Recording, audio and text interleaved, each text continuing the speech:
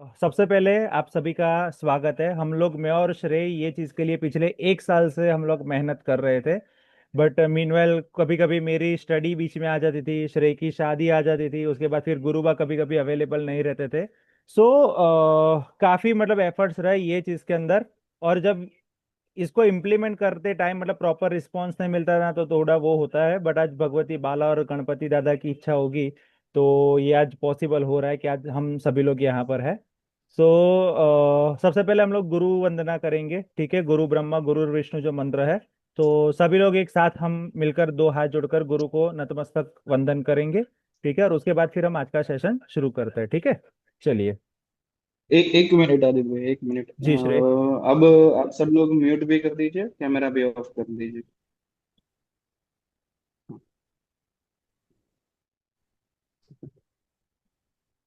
आदित्य भाई एंटीना भी बंद कर दीजिए। ओके, ठीक। गुरु ब्रह्मा गुरुर्विष्णु हाँ। गुरुदेवो महेश्वर, गुरु साक्षात् परब्रह्म तस्मै श्री गुरुवे नमः। लं पृथिव्यात्मकं गन्धं परिकल्पयामि नमः। हम आकाशात्मकं पुष्पं परिकल्पयामि नमः। यं वायवात्मकं धूपं परिकल्पयामि नमः। रं मन्यात्मकं दीपं परिकल्पयामि नमः। वम अमृतात्मकं नैवेद्यं परिकल्पयामि नमः। सं सोमात्मकं सर्वोपचारं राजोपचारं परिकल्पयामि नमः।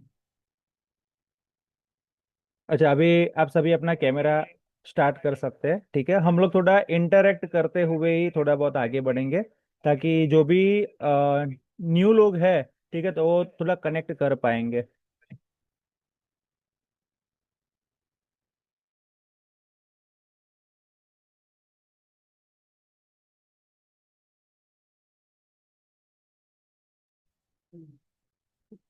सो सबसे पहले तो हम लोग ये समझ रहे थे, कल शिवी का प्रश्न था कि भाई एक साधक, उपासक और भक्त के अंदर क्या क्या डिफरेंस होता है। तो श्रेय भाई ने हमें इस चीज के ऊपर मतलब काफी अच्छा बाइफरकेशन दिया।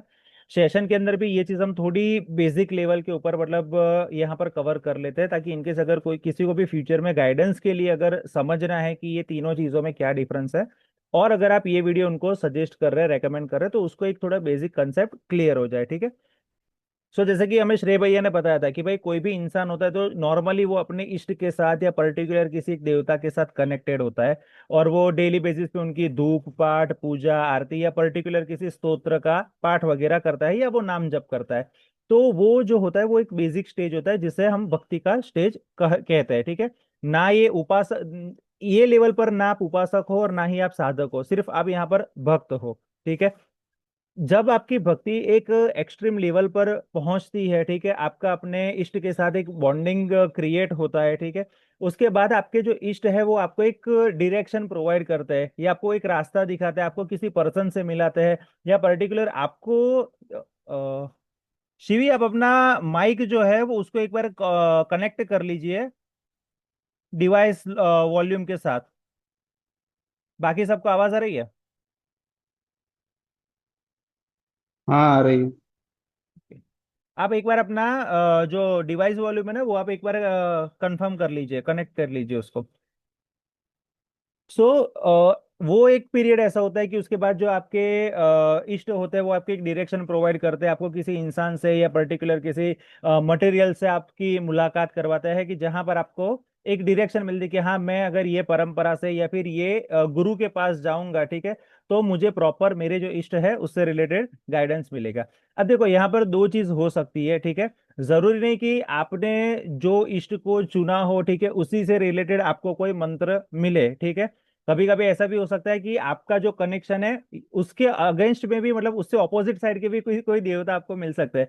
मैं मेरा खुद का अगर एग्जांपल बताता हूँ, ठीक है, तो मेरे घर के अंदर पिछली 4 पीढ़ियों से दुर्गा देवी की उपासना, जो अंबाजी माता बोलते हैं, उनकी उपासना होती है। मैं करीबन जब से 5-6 साल का था, ठीक है, जब से मुझे समझ में आया कि भगवान क्या होता है, ठीक है, तब से मतलब मैं जो बाला त्रिपुरा सुंदरी बहुचरा जी है उनकी भक्ति करता हूँ। करीबन पिछले 5 साल पहले मुझे ये पता चला कि मेरी कुलदेवी काली माता है, तो मैं उनको अपने घर पे लेके आया पावागढ़ से, ठीक है। जब मैं मंत्र दीक्षा के लिए गया था, ठीक है, तो मैं मतलब दिल से ऐसी इच्छा थी कि भाई मेरे मुझे बाला त्रिपुरा सुंदरी का मंत्र प्राप्त हो। लेकिन जब वहां पर पहुंचा तो एक माइंड के लिए थॉट ऐसा है कि मेरी कुलदेवी काली है, तो अगर उससे रिलेटेड कोई मंत्र है, अगर वो मुझे प्राप्त हो जाए तो वो मेरे लिए काफी अच्छा रहेगा, मेरा उनसे जो कनेक्शन है वो काफी अच्छा रहेगा, क्योंकि वो मेरी कुल की देवी है। ठीक है, लेकिन ये किसी भी चीज के रिगार्डिंग मैंने गुरुबा से कोई डिस्कशन नहीं किया था, क्योंकि इतना मुझे पता था कि गुरु आज्ञा सर्वोपरि, और वो जो भी मेरे लिए समझेंगे वो अच्छा ही होगा। एक तरफ मतलब दिल और दिमाग के बीच में एक हल्का सा वॉर चल रहा था कि भाई मुझे बाला मिलेंगे या फिर काली आद्या भगवती मिलेंगे, क्या है वो समझ में नहीं आ रहा था। जब दीक्षा हुई तो बाला भगवती का मंत्र प्राप्त हुआ। एक समय के लिए कुछ समय तक मतलब मेरे गुरु और महागणपति का मेरा अनुष्ठान हुआ। उसके बाद जब बाला भगवती का अनुष्ठान शुरू होने वाला था, तब मैंने गुरुबा की आज्ञा लेकर उनसे पूछा कि गुरुबा मुझे ये बाला भगवती का मंत्र क्यों मिला। तो एट दैट टाइम मेरी जो बॉडी लैंग्वेज थी, मेरा जो नेचर था, मेरा एटीट्यूड था किसी के साथ कनेक्ट करने का, बात करने का, वो बहुत ही ज्यादा एग्रेसिव था। तो उस समय मुझे मेरे गुरु ने मार्गदर्शित किया कि आपकी जो प्रकृति होती है उसके हिसाब से हमेशा गुरु अपने शिष्य को मंत्र देता है, ना कि उसका इष्ट कौन है या फिर वो किससे ज्यादा कनेक्टेड है। आज एक ऐसा ट्रेंड चल रहा है कि हम देखेंगे तो कि भाई मार्केट के अंदर अभी जैसे कि राम भगवान, राम मंदिर का चला था तो लोग राम भगवान की आराधना के ऊपर टूट पड़े थे। अभी जन्माष्टमी आएगी तो कृष्ण भगवान के ऊपर टूट पड़ेंगे। सावन आ रहा है, महादेव तो मतलब ओवरऑल है, महाकालेश्वर और त्र्यंबकेश्वर, लोग जा रहे हैं, रील बना रहे हैं और फिर मतलब उसके ऊपर चल रहा है सब कुछ। तो ये सारी चीजें जो है ना, ये तंत्र के अंदर एक्चुअल लेवल पे इस चीज का कोई स्थान नहीं है। यहाँ पर आपकी शारीरिक और मानसिक प्रकृति के अनुसार जो देवता आपके लिए अनुरूप होंगे उसी का मंत्र आपको मिलता है। वो देवता के कुछ अनुष्ठान हो जाएंगे, ठीक है, एक क्रम आपको यहाँ से प्राप्त होता है और ये आपकी उपासक की श्रेणी है। ठीक है, एक लेवल के बाद जब जैसे कि अभी मेरे बाला भगवती का क्रम है फॉर एग्जांपल, तो यहाँ पर एक स्टेज आता है कि मुझे अलग अलग अक्षरों के अलग अलग मंत्र प्राप्त होते हैं। जैसे जैसे मुझे उनका अनुष्ठान में संपन्न करता जाऊंगा, उसके बाद फिर गुरु जो है वो मुझे आगे बताएंगे कि मुझे क्या करना है। पर्टिकुलर एक क्रम में कुछ सालों तक कुछ अनुष्ठान जप करने के बाद, पूजन वगैरह पूरा क्रम जो होता है वो संपन्न करने के बाद दीर्घकालीन अनुष्ठान प्राप्त होते हैं गुरु आज्ञा से, जहां पर एक कोटि से लेके सप्त कोटि तक के भी अनुष्ठान होते हैं। हमारी गुरु परंपरा में भी मतलब हमारी गुरु बा जो है उनकी पूज्य जो माता श्री देवी बा, उन्होंने 7 करोड़ मंत्रों का जाप किया हुआ था उनकी गुरु की आज्ञा से। लेकिन उससे पहले उन्हें जो पहला मंत्र बाला भगवती का प्राप्त हुआ था, उसकी उन्होंने करीबन 12 साल तक उन्होंने सेम तपस्या की थी, एक ही मंत्र 12 साल तक। तो जब आप पर्टिकुलर किसी एक मंत्र को पकड़ लेते हो और उसके ऊपर अपना अभ्यास करना शुरू करते हो, उसके ऊपर ध्यान देना शुरू करते हो ना, तो वो मंत्र एक आपके लिए कवच तैयार कर देता है, आपके अगेंस्ट, आपके अगल बगल में एक ऑरा क्रिएट करता है। और वो ओरा ईच एंड एवरी मोमेंट आपके साथ चलती है। कई बार ऐसा होता होगा कि आप कहीं पे जा रहे हो, आपका पता नहीं कोई छोटा सा ही हल्का सा ही कोई काम अटकता है, आपके मुंह के ऊपर आपके इष्ट का नाम आता है कि अरे भगवान ये मैं कहाँ अटक गया। बस आपने इतना बोला और आपका काम खत्म हो गया। ऑटोमेटिकली आप जो चाहते हो वो चीज वहां पर आदित्य भाई। रियलिटी में पॉसिबल होती है जी। हाँ, तो थोड़ा मंत्र का मेडिटेशन का बताया आपने, ध्यान करते हो फिर से बताना, क्योंकि मेरा इंटरनेट चला गया था उस टाइम पे। सॉरी, किसके रिगार्डिंग? वो मंत्र का जब हम ध्यान करते, वो बता रहे थे आप। हाँ, तो आई वॉज आप टेलिंग। वो देवी बा वाला जब बता रहे थे तब। जी जी जी, थैंक यू श्रेय भाई। सो हमारी जो गुरुबा के मातृश्री है देवी बा, ठीक है, उन्होंने एक ही मंत्र के ऊपर मतलब 12 साल तक तपस्या की, उसके ऊपर ही जप, उसके ऊपर ही अनुष्ठान, उसके ही पूजन, उनकी गुरु आज्ञा अनुसार वो चलते रहे। आजकल जो ट्रेंड है कि भाई मुझे इतने मंत्र मिल गए, ये मिल गया, वो मिल गया, तो मल्टीपल डेटीज को कलेक्ट करके हमें म्यूजियम नहीं बनाना है, राइट। जो आपको देवता का मंत्र मिला है उसका जो जितने मतलब जितने भी आपकी गुरु आज्ञा के अनुसार है उतने जप आपको करना है, ठीक है। बेसिकली तंत्र के अंदर एक सीक्वेंस चलती है और कलयुग के अंदर ऐसा कहा जाता है कि भाई मंत्र के जितने अक्षर है उसके 4 गुना जप करने चाहिए। फॉर एग्जाम्पल किसी को बाला त्रयाक्षरी मिला है, उसके अंदर 3 अक्षर है, तो कलयुग में उसके 12 अनुष्ठान उन्हें करने चाहिए, ठीक है। तब जाके उनका मंत्र जो है वो एक्टिव होना शुरू होता है, भगवती की कृपा और उनका सानिध्य उन्हें प्राप्त होना शुरू होता है। किसी का नवाण मंत्र है तो उसके अंदर 9 अक्षर है, उसका 4 गुना यानी कि 36 अनुष्ठान करो, तब जाके आपको उसकी जो उनका जो अनुग्रह होता है वो आपको प्राप्त होना शुरू होता है। ठीक है, ऐसा नहीं है कि एक अनुष्ठान के ऊपर मतलब देवता आपके ऊपर फोकस नहीं करते, बट एक जो बॉन्डिंग बनना चाहिए आपका अपने देवता के साथ, ठीक है, एक ऑरा जो आपकी डेवलप होनी चाहिए वो आपकी होती है, वो पर्टिकुलर जो 4 गुना जप करते हैं वहां से वो शुरू होता है और आपका देवता जो है ठीक है, उनके गण, उनकी योगिनियां, उनके गणेश, वॉट एवर जो भी उनका मतलब पूरा एक सर्कल होता है, वो सभी देवताओं के आशीष आपके ऊपर बरसना शुरू होता है। और जब दीर्घकालीन अनुष्ठान आप करते जाते हो, वो टाइम पे मतलब आप अपने उपासना के एक लेवल ऊपर चले जाते हो, और तब जाके फिर आप साधक बन पाते हो। एक साधक होने से पहले जरूरी है एक अच्छा उपासक होना, और एक अच्छा उपासक होने से पहले जरूरी है एक अच्छा भक्त होना, और एक अच्छा भक्त होने से पहले जरूरी है अपने अंदर सखा भाव, अपने इष्ट के लिए सखा भाव या अपने इष्ट के लिए दास्य भाव होना बहुत जरूरी है। ये चीज कब आपके अंदर मतलब डेवलप हो पाएगी? तो जब आप किस जो भी अपने इष्ट का स्तोत्र पठन करते हो, या कोई किसी चीज का कवच वगैरह का पाठ करते हो, उसका संपूर्ण अर्थ और उसका मर्म आप जब अपने अंदर उतारोगे, ठीक है, तब वो चीज आपको समझ में आएगी। ठीक है, तब आप अपने देवता के साथ कनेक्ट हो पाओगे, वो भाव आपके अंदर प्रकट हो पाएगा। तो ये थोड़ा हमारा था बेसिक। ठीक है, अगर मैं बात करूं कि साधना के अंदर लोग मतलब बोलते हैं, अभी जस्ट थोड़ी देर पहले एक मित्र के साथ बात हुई, वो सेशन ज्वाइन करने वाले थे, बट वो बजरंग बाण का पाठ करने वाले, तो वो ज्वाइन नहीं कर पाए। वो उन्होंने मुझे मतलब हमेशा वो इंस्टाग्राम पर मुझे रील्स भेजते रहते, कभी प्रचंड चंडिका की भेजेंगे, कभी धूमावती देवी की, कभी बगलामुखी की, और फिर पूछेंगे कि क्या ये सत्य है, क्या ऐसा हो सकता है? ठीक है, अभी कुछ देर पहले ही उन्होंने मुझे बोला कि मैं सोच रहा हूँ कि कल से या ये रविवार से मैं सूर्य की धूप के अंदर बैठ के भगवती गायत्री का जाप करूं। अब मैंने उसे कई बार बताया कि जो मंत्र गुरु गम्य हो या परंपरा गम्य हो, उसे डायरेक्ट ना करे तो बहुत ही अच्छा है। ठीक है, सो ऐसी चीजों के अंदर मतलब मैं ज्यादा एक्सप्लेन नहीं करता। ठीक है, मैंने उसे हमेशा बोला कि तू नाम जप करना शुरू कर दे। ठीक है, बट वो ऐसा है ना, मतलब हर किसी को ये होता है। तो आप जब भी किसी चीज को बिना सोचे समझे करने लगते हो, तो उसका एडवर्स इफेक्ट भी आपको भुगतना पड़ता है। मैं मेरे खुद का एग्जांपल बताता हूँ कि जब मेरे घर के अंदर मैं भगवती काली की मैंने स्थापना की थी, उसके करीबन 1 महीने तक मेरे घर के अंदर एटमोस्फियर इतना एग्रेसिव रहा है कि मैं एक्सप्लेन नहीं कर सकता। मैं, मेरे पापा, मेरे मम्मी, हम तीनों एक दूसरे की अगेंस्ट में, जो एक दूसरे को पूछे बिना कभी पानी नहीं पीते थे, हम दोनों मतलब इतना टॉक्सिक एटमोसफियर हो गया था कि किसी का बोलना किसी को सही नहीं लग रहा था। फिर अपने ग्रुप के एक सभ्य हितेश जोगी, उन्होंने मतलब मुझे बोला कि मैं तुझे एक काली देवी को शांत करने का शाबर मंत्र है वो बताता हूँ, लेकिन वो तुम्हें सिर्फ 40 डेज तक ही उनका जाप वगैरह करना है, और फिर लास्ट डे में आप उनकी पूजा करके प्रार्थना करना, धीरे धीरे सब सेट हो जाएगा। He is also connected with some different तंत्र परंपरा। तो उसने मुझे बताया था, और वो मेरा इनिशियल लेवल था, तो मैंने वो किया श्रद्धा से, और उसके अंदर मुझे काफी अच्छा मतलब रिजल्ट भी मुझे मिला। उसके बाद फिर मतलब ये ही, यानी जो मैंने बोला ना कि फेसबुक और इंस्टाग्राम के ऊपर अलग अलग देवताओं की रील्स आती है, और हम एक्साइटेड हो जाते हैं। तो गुजरात के अंदर एक लोक माता है मेलोडी देवी, जिन्हें बोलते हैं या मसानी देवी बोलते हैं।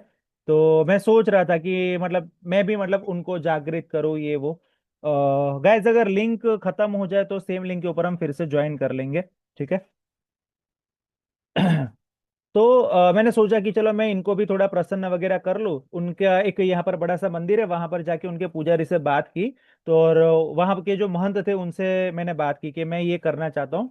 उन्होंने मुझे मना किया कि तुम्हारी बॉडी की जो ऑरा है उस हिसाब से तुम्हें इन्हें जागृत करने की जरूरत नहीं है। तुम बाला भगवती के भक्त हो, तो तुम सिर्फ उनको प्रार्थना करो। मेलेडी अपने आप मतलब आपका काम कर देगी, आपके आपको उनको जागृत या सिद्ध करने की या स्थापित करने की जरूरत नहीं है। उसके बावजूद भी मतलब मैंने सोचा कि चलो मैं एक दिन जाप करके देखता हूँ। सिर्फ 151 मंत्र के मैंने जाप किए थे, और वो रात को मैंने जो मतलब मेरे मंदिर के अंदर दृश्य देखे हैं, जो स्वरूप के मैंने दर्शन किए, उसके बाद मैंने मेरे दोनों कान पकड़ लिए कि आज के बाद ये गलती मुझे कभी भी नहीं करनी है। 3 दिन जो मुझे बुखार रहा है, मेरी जो मेंटल कंडीशन रही, जो फिजिकल कंडीशन रही, उसके बाद मुझे समझ में आया कि तंत्र में किसी भी चीज को बिना गुरु आज्ञा के करने के लिए क्यों मना किया जाता है। तो वो चीज मतलब मेरे एक पर्सनल एक्सपीरियंस रहा है। तो ये चीज मतलब मैं हमेशा लोगों को बताता हूँ कि ये चीज में आप ये मत पढ़ा करो। तंत्र के अंदर गुरु की क्यों जरूरत है, या फिर गुरु के बताए हुए मार्ग पर चलना क्यों जरूरी है? तो फॉर एग्जाम्पल, जैसे कि हम लोग देखते हैं कि कई जगह पर कॉरपोरेशन होता है या गवर्नमेंट एक अच्छा सा गार्डन प्रिपेयर करते हैं, या फिर बंगलों में भी हम लोग देखते हैं। तो वहां पर वो लोग अपना पर्सनल जो है वो गार्डन प्रिपेयर करते हैं। गार्डन के लिए वो स्पेशली 15-15 20-20 हजार सैलरी वाले गार्डनर को भी हायर करते हैं। क्यों, रीजन क्या है? क्योंकि उन्हें पता है कि कौन से पौधे को कौन से टाइम पे कितनी खाद देनी है, कितना पानी देना है, कितनी धूप देनी है, कितने फार्मास्यूटिकल्स वगैरह, मेडिसिन वगैरह जो उनकी होती है, वो पाउडर वगैरह वो डालना है, ठीक है। यानी कि कहने का मतलब ये है कि गुरु को पता होता है कि उसके शिष्य की शारीरिक तासीर क्या है, उसकी मानसिक प्रकृति क्या है, उसके शरीर के अंदर सत्व रज या तम कौन सा गुण अधिक मात्रा में है और उसे किस तरह से बैलेंस किया जाता है। ये सारी चीजें, इसके अलावा इसकी कुंडली, गुरु अगर कुंडली ना देखे तो भी उन्हें अपने शिष्य की क्या ग्रह दशा है वो पता चल जाती है।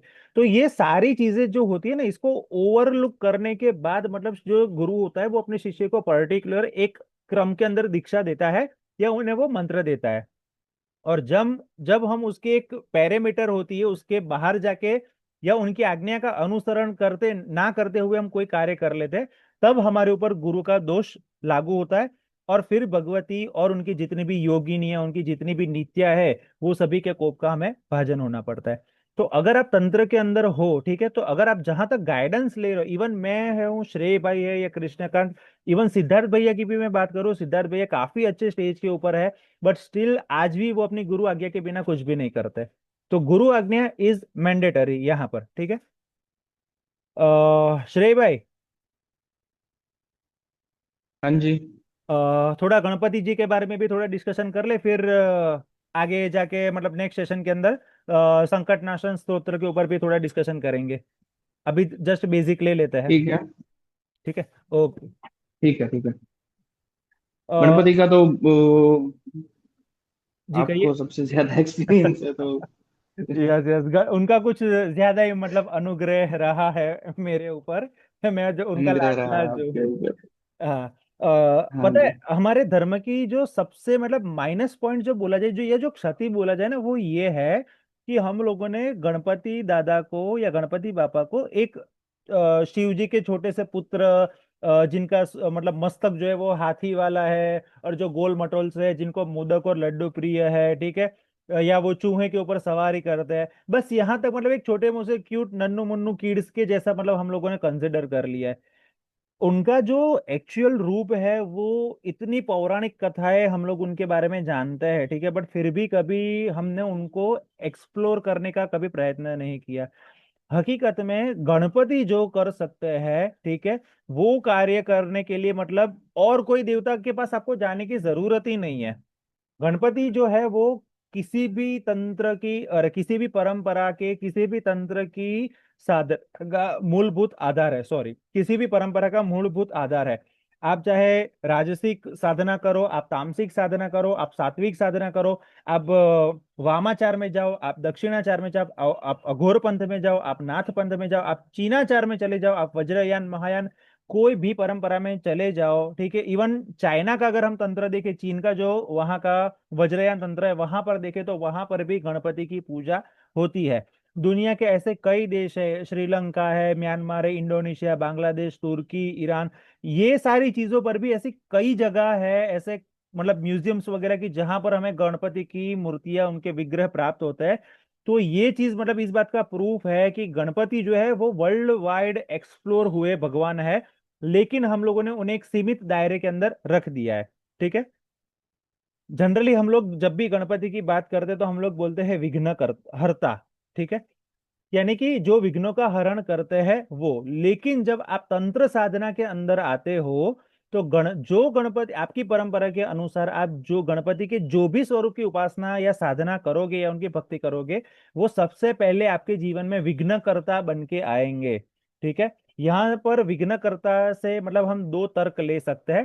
पहला तर्क ये है, हमारे एक सीनियर उपासक है, पूर्णाभिषेक दीक्षित है गुरुजन, वो हमें यूं बताते हैं कि विघ्नकर्ता का अर्थ ये है कि गणपति अपने भक्तों की मतलब उनके जो भी भक्त है कि जो उनकी उपासना कर रहे हैं, उनके उपासना कार्य या उनके जीवन कार्य में विघ्न जो डालता है उनके लिए विघ्न खड़े करते, इसलिए वो विघ्न करता है, ठीक है। मेरा जो पर्सनल एक्सपीरियंस रहा है, मेरे गुरु भाइयों का जो पर्सनल एक्सपीरियंस रहा है, और जो मेरे गुरु का मार्गदर्शन है, उसके हिसाब से यही चीज पे एक्सपीरियंस करते करते मैं ये कॉन्क्लूजन के ऊपर पहुंचा हूं पर्सनली, मेरे परसेप्शन से, कि गणपति हमारे जीवन में विघ्नकर्ता बन के आते हैं।